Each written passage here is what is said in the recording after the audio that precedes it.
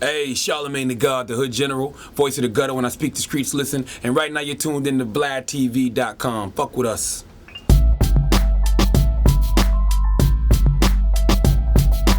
Alright, so yesterday on Twitter, we got some very shocking news. You actually yourself broke. You know, this wasn't broken by anybody else. You actually went on Twitter yourself and broke this news. So go ahead and talk about that. Yeah, I put out on Twitter that I got fired from WPHI 100.3 The Beat in Philly. I mean, it wasn't nothing for me to break the news. My life is an open book, you know. It's nothing for me to share something like that. So describe to me kind of like the chain of events, you know, when you came to work that day. Came to work, regular Monday, did my shift.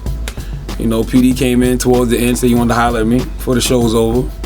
Sat down with him, and they told me they wanted to move in a different direction. I'm like, all right, no doubt. I'm not gonna sit there and cry and pout and why? It's like, whatever, on to the next one. Did you have any idea going to work on Monday this was gonna happen?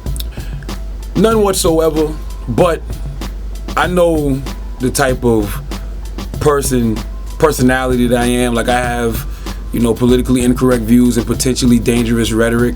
So when you're dealing with a person like me, it's always a chance that I could get fired. Like, you know, my office at the station, I don't even keep nothing in there. Like, when I rolled out yesterday, the only thing I took was my power of intention cards, and the PD was like, you got anything in there? And I'm like, no, because I always prepare for situations like this. You never know, you know? That's just the way it's been in my 10-year career. So I kept it moving. I've never had any warnings, no suspensions, no disciplinary action whatsoever. Contrary to popular belief, any program director will tell you I'm a model employee. Who listen to the show myself via the internet, you know, because I don't live in Philly. It seemed like the show was making quite an impact. Where were you ratings wise? And explain what ratings are to people who don't really. Well, you know, they got a new rating system called PPM, and PPM comes out on a weekly basis, but I've always been top 10. Matter of fact, I've always been like top 5. You know, I think the last ratings book I may have gotten, I might have been like number 7, which is great in the PPM world, especially for urban. So, you know, 18 to 34, my demo, I was solid. My numbers were real solid. Friday before you were let go. Friday was, and that's a good point. You know, like my manager Kevin Hunter and my mentor Wendy Williams, they always say you're only as good as your last performance. So technically, my last great performance was that Friday. That was the Beanie Sigel interview. You know, Beanie Sigel put out a diss record towards Jay-Z. I don't want to call it a diss record. We call it a real record because I don't feel like he was disgruntled or bitter. He was just expressing himself, you know. And you know, when I heard the diss record, my mind was already thinking forward motion. I'm like, you know, I don't want to just go on my show and play the diss record in the morning. I want to holler at Beans. It only makes sense. I'm in Philly, so I reached out to his people. You know, Beans was like, oh, Charlamagne, no doubt. And Beans called me, and he got a lot of things off his chest.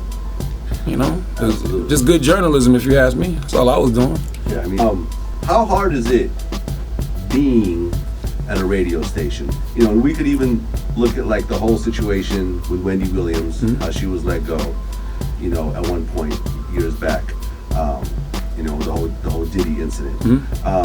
How hard is it doing the type of journalism that you do, being under a straight-laced kind of corporation like? It's not hard, you know what I'm saying? The only reason I say it's not hard is just that you have to be willing to face the consequences and repercussions of your actions. That's it.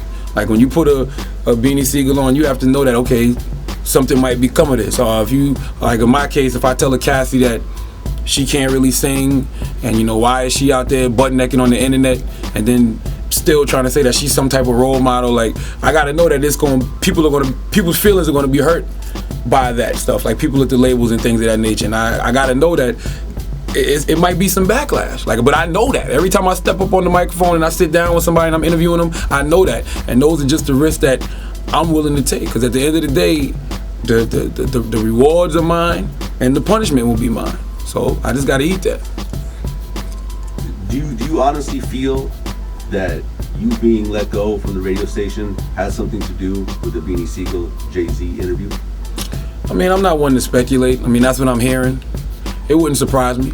You know, this kind of world we live in. I'm not gonna go on record and say, yeah, that's what happened, but you know, you never know.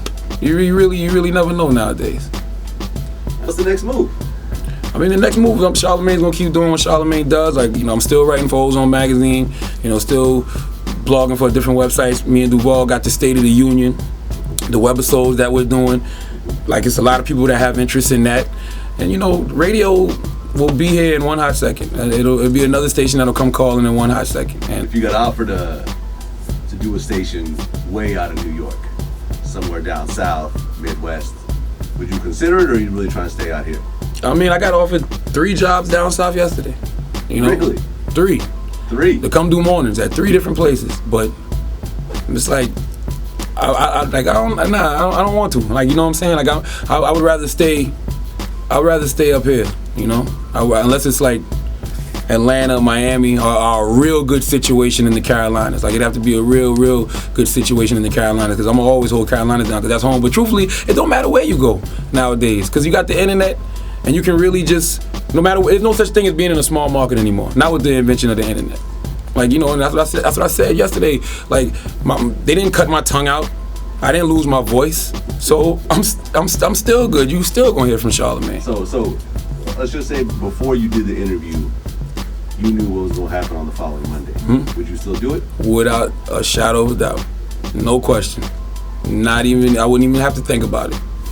You know, you gotta roll the dice, man. With great risk comes great reward.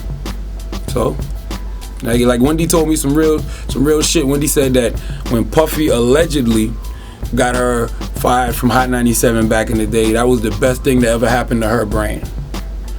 So history has a strange way of repeating itself, doesn't it?